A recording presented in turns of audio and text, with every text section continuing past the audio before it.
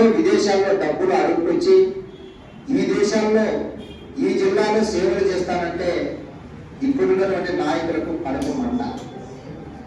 అంటే అడుగుకొచ్చి సేవలు చేస్తామంటే అడ్డు తగులుతారు, అప్పులు నుంచి దోచుకు తింటామంటే మనం మౌనంగా ఉంటున్నాం. ఇదేనా ప్రజాస్వామ్యం?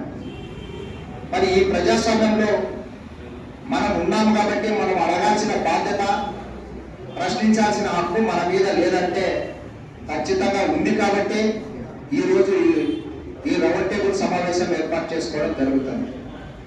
ఫాదర్ విన్సెంట్ ఫెర్రర్ గారు 1969 సంవత్సరం, అంటే ఇప్పుడున్నటువంటి ఈ ప్రాంతీయ పార్టీలు అప్పట్లో లేవు.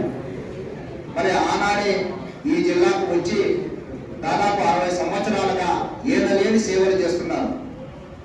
మరి అటువంటి సంస్థను కేంద్రంలో బీజేపీ అధికారం ఎప్పుడైతే చేపట్టిందో అప్పటి నుంచే కసి కక్ష పెంచుకొని దానికి నిధులు రాకోకుండా అనేక అడ్డంకులు సృష్టిస్తూ అనవసరపు ఆరోపణలు గుప్పిస్తూ ఏకంగా అది ఈ జిల్లా నుంచి తరిమేయాలన్నటువంటి కుట్రని మనం గమనిస్తున్నాం.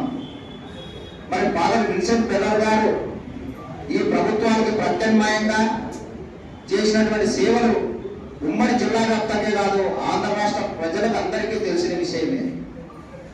మరి దీని మీద మనం మాట్లాడకపోతే ఎవరు మాట్లాడతారు? మరి అతి తొందరలో, అంటే ఈ నెల 1వ తేదీ లోపల, అంటే 31వ తేదీ లోపల అనేకాల కళ్యాణదుర్గం హాస్పిటల్ మూతపడతాయని చెప్పేసి స్వయాన సంస్థ చైర్మనే మాట్లాడుతున్నారు. మరి లేదు, ఇప్పటి వరకు చేస్తున్నటువంటి సేవలకి అవసర నిమిత్తం డబ్బులు కావాలంటే ఆర్టీడీకి సంబంధించిన ఆస్తులు అమ్ముతామని బహిరంగ ప్రకటనలు ఇస్తున్నారు.